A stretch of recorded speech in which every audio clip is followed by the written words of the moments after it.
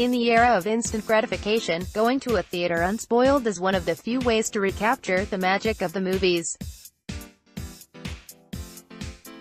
There are few sentences more alarming to fan community than "there's been a leak." And that's exactly the situation we have on our hands with Avengers: Endgame. The film, which is set to have its Hollywood premiere Monday, followed by press screenings Tuesday and a wide release Thursday night, has managed to stay one of Hollywood's best-kept secrets until now. Leaked footage was reported as popping up online Monday evening, prompting the spoiler-adverse, myself included, to temporarily abandon their social media accounts by the droves. While a desire to stay away from spoilers is pretty standard when it comes to big blockbuster releases, the reaction to Endgame spoilers being out in the wild is unprecedented. We're in full panic mode. Never has a movie of this magnitude, with this much at stake, been subject to being spoiled before anyone, including the film's stars, has had a chance to see it. The situation we're seeing right now may be the biggest burden of the spoiler culture fandom has helped create. After the leak, Endgame directors the Russo bros penned a letter, as they did last year for Avengers: Infinity War, asking fans not to spoil the movie. The letter did not address the leak, but rather fans who will be seeing the film in theaters. When you see Endgame in the coming weeks, please don't spoil it for others, the same way you wouldn't want it spoiled for you, they wrote. Remember, Thanos still demands your silence. If you asked me a couple weeks ago, I would have definitively said that spoilers don't ruin movies.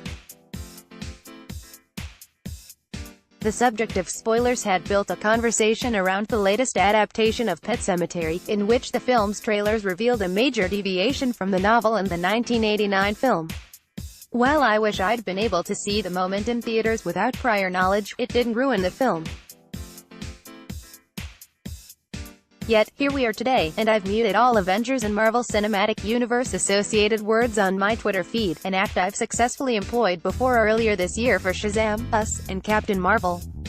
On top of muting every variation of phrase and hashtag I could think of, I deleted the Twitter app from my phone and swore off scrolling through my feed for the next week, just in case something slips by the blocks I've set up.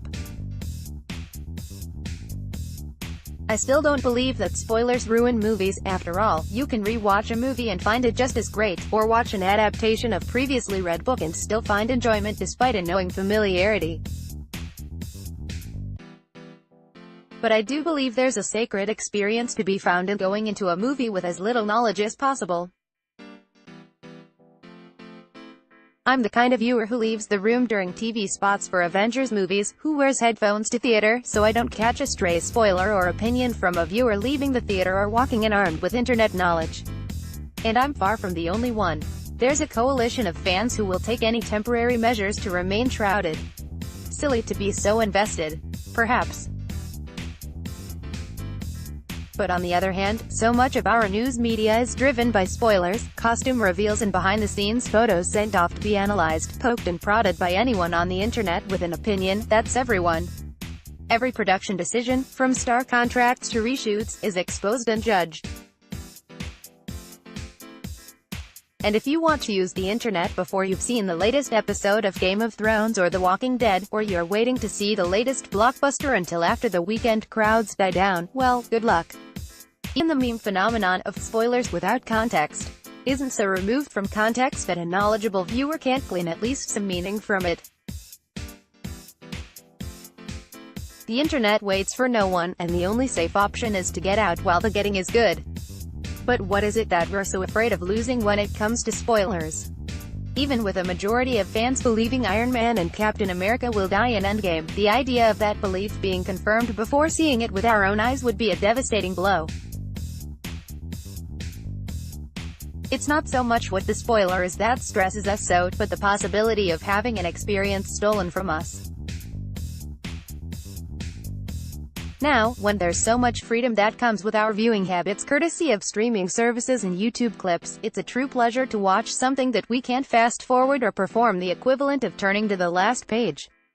It's a pleasure to watch something that hasn't yet entered our lexicon of pop culture references and memes.